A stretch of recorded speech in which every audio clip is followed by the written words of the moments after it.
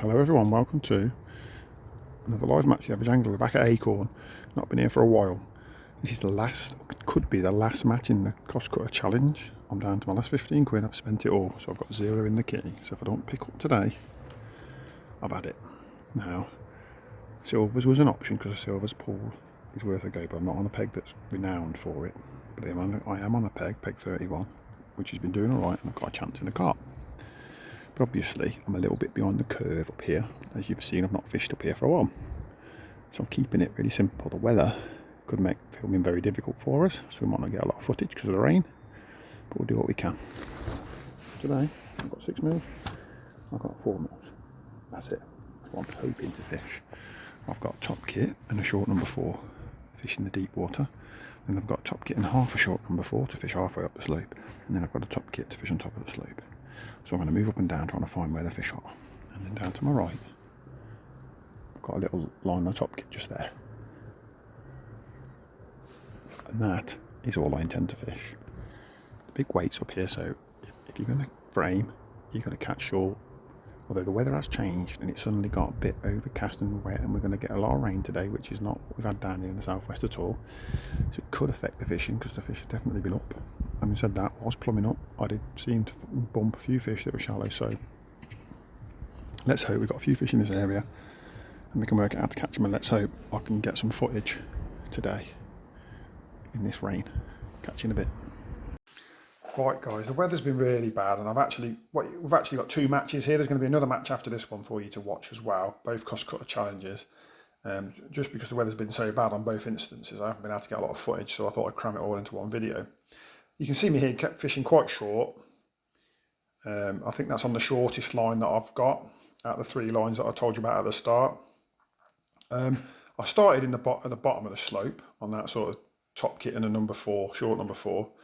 And had a couple of fish early on, and everyone was struggling. I could see the guys to my left who were on good pegs as well struggling early on, with the exception of peg 34. He was catching well across, but I had a couple of fish, little tench, a few small carp and that, but they never really got lined up, but they were there. And then I came back up the slope a little bit more, halfway up the slope onto sort of a top kit and a half a number 4, and started sort of feeding there, and I caught a few more fish, but it was pretty apparent there that I was getting indications, and the fish wanted to be even shallower. So I came really short to like sort of less than a top kit almost, just to find the right depth that I fancied that the fish would be in. I fed there, and it was slow going for a while, but eventually the fish did start to turn up in numbers. So the guys to my left on pegs 33 and 34, they started catching long in the first, after an hour Bob went long as well on peg 33, so both peg 33 and 34 were catching long, and I felt like I'd made a mistake by coming short, but I sort of stuck with my guns, or not coming short but staying short. But I've stuck with my guns because I was like, I've come here today to get this short line cracked, and so I had to work it out. So I felt like I lost an hour perhaps fishing in that deep water too much.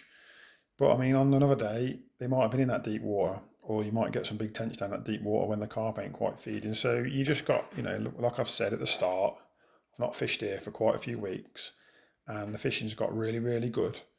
And because of the way that the venue's been overhauled and the extra stock that's been put in, it's like a different venue, and so it's tricky for me to know what was the right thing to do. Whereas the guys I'm fishing against, they've had a lot more experience in recent weeks, and so they were straight on it. So I was playing catch up straight away from this point, but I had some fish in my swim, and things were going in the right direction. And as the matches progressed on, this short line's just got better and better and better and better, and I've caught more and more and more fish. And towards the end of the match, I was probably catching faster than anybody else. And as you can see here, obviously I've cut loads and loads out just to try to show you a few fish that I caught. There's really not a lot of footage available, and I basically ran the camera for just sort of the last part of the match. Once I started catching a few, I thought I'd put the camera on just so that you guys can see something. And it was like the first break in the weather. I couldn't really put any cameras on for sort of 2 or 3 hours, and so it's very limited. But I'll just run you through a few fish here that you can see me landing, and then you get an idea. So here come the results now. There we are. So I ended up finishing third with £195, 10 ounces. which put me another £26 back into the cost cutter challenge. So that's good. It means we can go for another week. I felt like I probably underperformed from this peg because I felt like there was more fish in the peg at the end. And if I'd have known the venue a bit better and fished a bit longer to start with, I'm not knowing the venue a bit better, but if I'd been more in tune with the venue, I know the venue well, obviously, maybe I'd have just caught a few fish a bit earlier. If I'd have come shorter quicker, I think I stayed in that longer and the longer line and the medium line a bit too long. I should have just come straight on that top kit line and I might have caught more fish. So I felt like first or second was more of a possibility from here, but I was happy that I'd picked up some money in the cost cutter challenge, and that means that we can jump on for another week, and that'll be coming up shortly. So stay tuned because the next round is about to start any minute. Hello average anglers, welcome to another live match with Average Angler. We're at Acorn Fishery today. I'm just sitting behind my peg. I've drawn peg 19 on the Tuesday cost cutter. So this is part of the cost cutter challenge, and at the moment, my last match was literally I had no money left in the kitty, but I managed to win £26. So I've got £26 in the kitty. I've obviously just given 15 of that to Eddie, so now I've only got £11 left. So technically I can't fish another match after this. So the pressure's on again to try and get a result. I've drawn peg 19, which isn't an area that you would fancy to frame from. You know, weights do come from down here, but it's not going to be easy to frame from here for the carp. I have bought some maggots thinking about maybe having a look for silver so I can pick up from the frame for silvers, but at the moment I'm a little bit unsure as to how it's going to pan out. Some fish were down here, so it's not going to be biteless hopefully, but it never is at Acorn at the moment. The place is fishing so well, so I'm always going to get a day's fishing. It's just whether or not I can put some sort of effort together to beat some of the anglers that are on the flyer pegs, so the better pegs. I've got good anglers on as usual, so let's see what decisions I make in the next 10 minutes while I'm setting up and decide what I'm going to do. But I've been and bought 3 pints of maggots from the tackle shop, so pretty sure that I'm going to be putting them in down the middle. That something I wanted to try here for the silvers is putting a lot of maggot down the middle and then just keep topping it up with a lot of maggot and just seeing if we can catch a mix on that as well. So that's a line, and I should probably just fish short with pellet then. So I did well on peg 31 on here, but it's a very good peg 31 and I probably should have done better off it, but I'm not very experienced at the moment here because I haven't fished it for a few weeks and the venue's totally changed. So all the years of history that I've got on the venue, I don't really count for anything because it's like a totally different venue now. So I'm learning again, which is great. So let's see how we get on. Catch you in a bit. So again, weather conditions have made filming a bit tricky, but I've tried to get a bit of footage where I can. I started on the long line at the bottom of the slope again like I did last time, but this time on this peg the bottom of the slope was a bit further away because it's a more gradual slope on this peg than it was on 31 that you saw a moment ago. I started there tapping in hard pellets through a little toss spot. It's just a bit too far to throw accurately, especially with the wind was blowing. It wouldn't have wanted to fish long on this day, and just sat on that for a bit and had a tench and some nice little carp, and it was slow and steady, but it weren't brilliant. All the time I was feeding the short line, so I just set up a long line and a short line this day. I didn't put the middle line in, I think. So I just kept all the time while I was feeding. Every time I ship out and stuff, I'm not sure if they've got it on the video, but each time I ship out I just hold the top kit there and then just throw some bait around it as a guide, and that was just keeping that alive.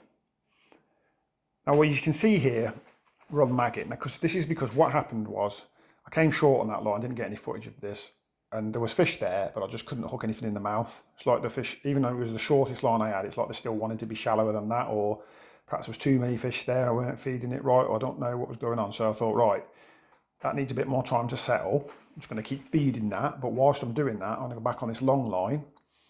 But I also knew that wasn't producing much. Now I also, more information, looking around me, it was hard. No one down in the areas that I was really catching anything with any great consistency. So my thought process was, let's put some maggot in down on the longer line in the deep water and see what sort of silvers we might be able to pick up.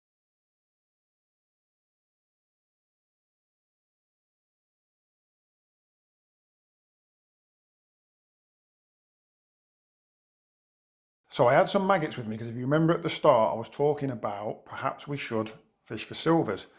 And I fancied this was an area for silvers because it's not a good carp area. But when I got to my peg, the guy to my right was fishing for silvers and the guy to my left was fishing for silvers.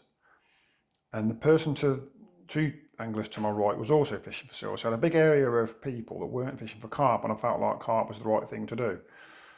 But anyway, I've gone back on that. As you can see, I'm now fishing for silvers. And my plan when I'm fishing for silvers was to put quite a lot of maggot in and just be really positive about it and see what I can catch.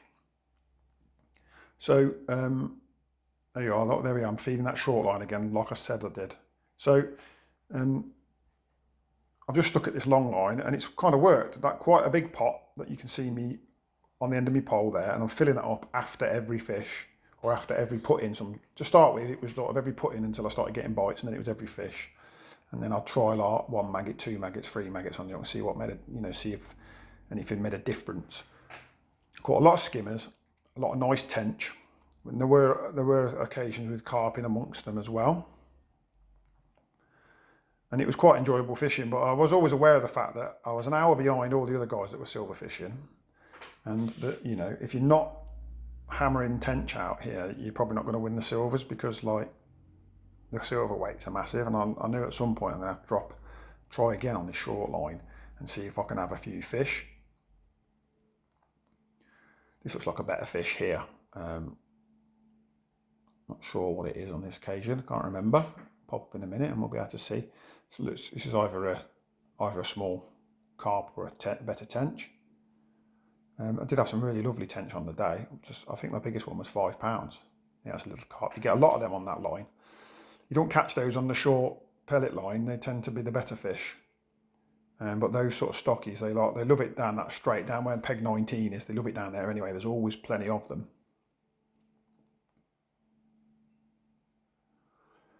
Yeah, the weather's changed again, it's getting dark, and there were times when it was absolutely lashing it down. I just had to turn the cameras off and huddle down and just get on with it. Obviously the maggots are out in the open there, so it wasn't raining at the time there. I would drag the maggots out when I could, because it just made it easier for me to pot the bait in. Scoop the bait into the pot and get it out there, because I was just filling it literally to the brim. Because I'm only fishing short, I could get it out there before the maggots escaped. It's another good fish on the maggot line. Is this one a tench? I can't remember if I caught a tench on video or not. Let's have a look. Yeah, there we are. There's one of them tenches. Look. No. Yeah, it's a tench. Thought it was a carp for a second there. Little fatty. So they're the sort of things you got to get into. And on the day, you'll see later, there was a couple of really big weights of silvers. So it was always going to be tough to compete with the silver anglers, because they set their stall out to do it up there. And Acorn's one of those places where actually you can't just drop onto the silvers halfway through unless you're on an absolute shed frill, because there's probably 7 or 8 anglers that are just dedicated to silver fishing up there all the time. All they ever do is catch the silvers and fish for the silvers. So it's not like you're going to be able to just catch them up. They will have set their stall out for it. What you have to hope is that they get carped out if you're going to have a go late on it at it, or that they're on a peg that's not brilliant, and then you've got a chance. Here's another little tench, I think. There we are. So it's a lovely bit of fishing. I really enjoyed it. So eventually, as I said, we had to drop onto this short line to have a look on the pellet. And I've got around about 20, I'm thinking I've got about £25 of silvers. And looking around, and a few people opposite caught a few carp, and I thought I'd try this short line. And it's been solid. So you'll see in a minute that it's just solid with fish.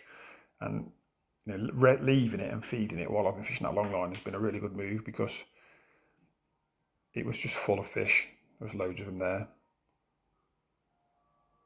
You'll see if you watch this video, this section of video now, some sections I've left it running a bit longer, just so you can see the amount of time between like putting the rig in and getting a bite. And I had spells where it was crazy. Like, you probably can't catch much faster.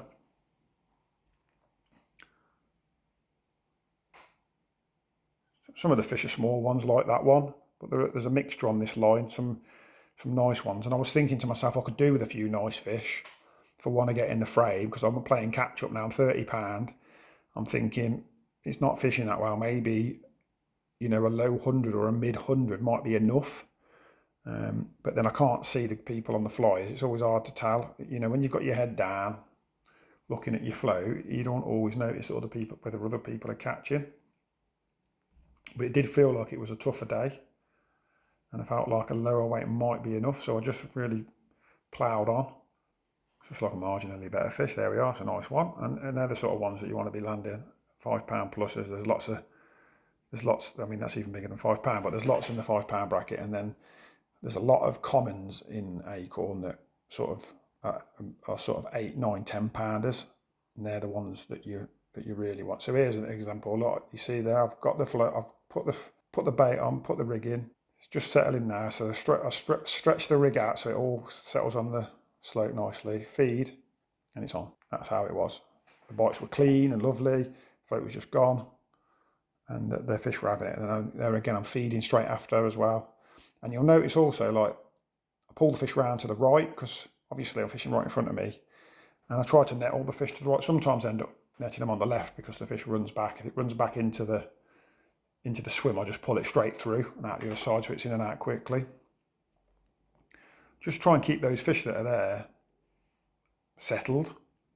You know, I'm hoping that I've fed it again, and I'm hoping that they're going to be there waiting for me as soon as I've netted the fish. And I found on the day it was also good, once the keep net was in your lap like that, to feed again. I didn't do it that occasion, but as the day wore on, that's what I was doing.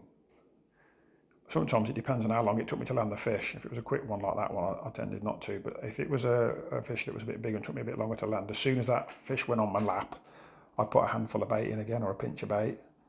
Again, I've left the cameras running here again because you can see me putting the rig in, just to give you an idea.